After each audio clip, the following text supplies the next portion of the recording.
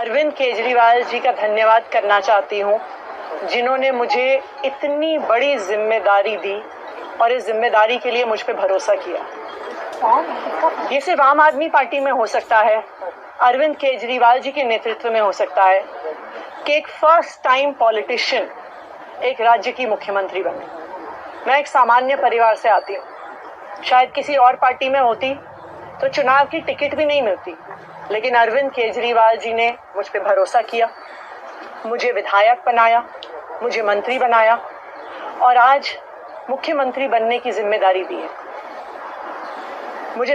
मैं खुश हूं कि अरविंद केजरीवाल जी ने मुझ पे इतना भरोसा किया है, लेकिन जितना सुख आज मेरे मन में है, आज उससे बहुत ज्यादा दुख भी मेरे मन में है। दुख इसलिए कि दिल्ली के लोकप्रिय मुख्यमंत्री मेरे बड़े भाई अरविंद केजरीवाल जी आज इस्तीफा दे रहे हैं। मैं आज ये जरूर कहना चाहती हूँ, अब आतिशी के मन में दुख हो ना हो, उनके बगल में जो गोपाल राय और दूसरे लोग खड़े थे, उनके चेहरे पर दुख साफ दिख रहा था, क्योंकि उनमें से किसी को मुख्यमंत्री नहीं बनाया गया।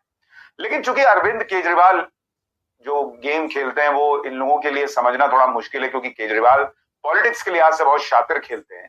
तो इसलिए अभी जब आपको वीडियो में बताऊंगा कि क्यों आतिशी, तब आपको समझ में आएगा कि यार ये तो गजब ही खेल किया है इस आदमी ने और कैसे बीजेपी खुद ट्रैप में फंस रही है।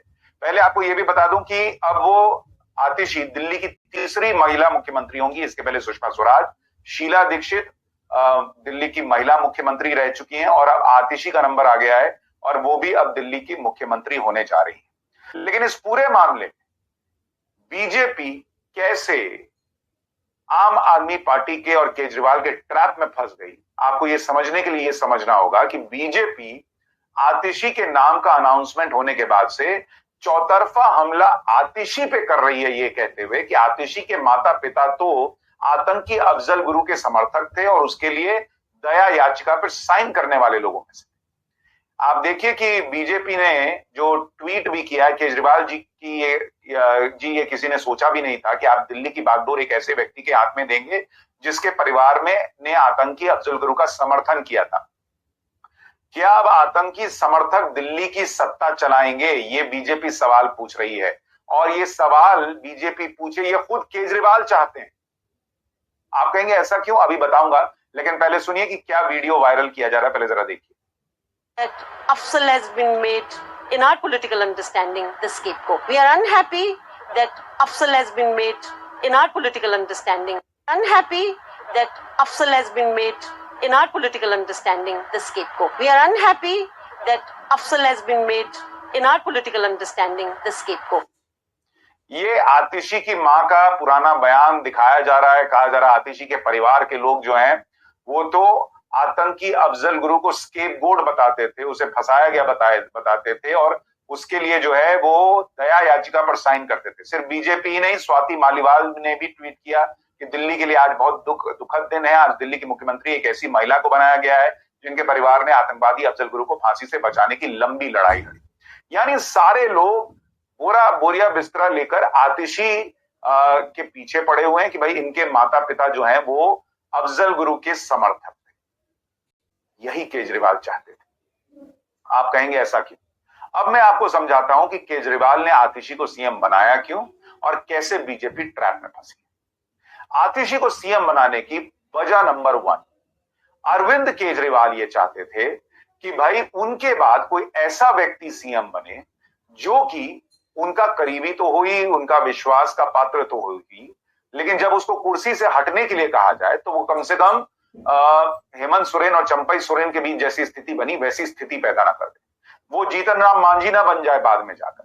और इसीलिए अरविंद केजरीवाल ने अपनी जगह मनीष सिसोदिया को भी सीएम नहीं बनाया, क्योंकि अरविंद केजरीवाल माने या न माने, लेकिन जितने लोग उनको करीब से जानते हैं, अरविंद केजरीवाल घबराते हैं इस बात से कि कोई उनसे बड़े कद का ना हो जाए और कहीं मनीष सिसोदिया बड़े ना हो जाएं, कहीं वो पार्टी में टेक ओवर ना कर लें। ऐसी स्थिति से बचने के लिए उन्होंने मनीष सिसोदिया को तो नहीं बनाया, लेकिन मनीष सिसोदिया के करीबी आतिशी को जरूर बनाया। तो एक तरीके से जो क्लोज गुट है उसी में कुर्सी मुख्यमंत्री की रह गई। ये उनके प्लान का पहला हिस्सा है। प्लान का दूसरा हिस्सा यानी पॉइंट नंबर 2 कि आतिशी क्यों मुख्यमंत्री बने। आतिशी एक महिला चेहरा भी है।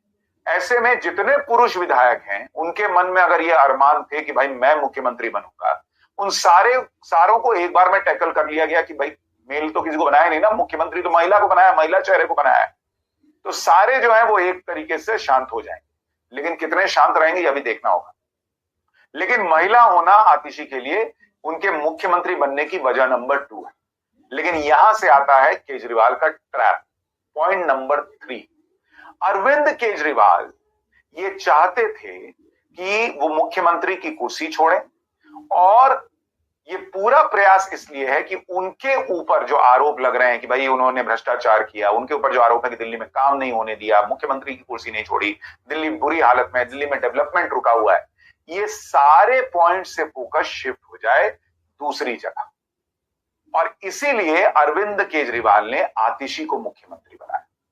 और आतिशी का ट्रैक रिकॉर्ड या उनका बैकग्राउंड यह है कि उनके माता पिता पर आरोप है कि उन्होंने अफजल गुरु जैसे आतंकी का समर्थन किया था। ये बात केजरीवाल जानते थे, और इसीलिए अरविंद केजरीवाल ने आतिशी को सीएम बनाया, ताकि सारा विवाद इस बात पर चला जाए कि आतिशी तो ऐसी मुख्यमंत्री है जिसके माता पिता आतंकी का साथ देते रहे। ऐसा करके अरविंद केजरीवाल ने एक ट्रैप बिछाया, और वो ट्रैप यह है कि बीजेपी और उसके सारे समर्थक आतिशी के पीछे भागें, आतिशी पे फोकस करें कि बताइए आतंकी का साथ देने वाले माता पिता की बेटी को सीएम बना दिया केजरीवाल। और केजरीवाल ने डेवलपमेंट नहीं किया, केजरीवाल ने घोटाला किया, केजरीवाल ने शीश महल बनाया, ऐसे सारे जो आरोप लगते हैं उससे सारा फोकस शिफ्ट हो गया आतिशी के ऊपर, उनके माता पिता के ऊपर।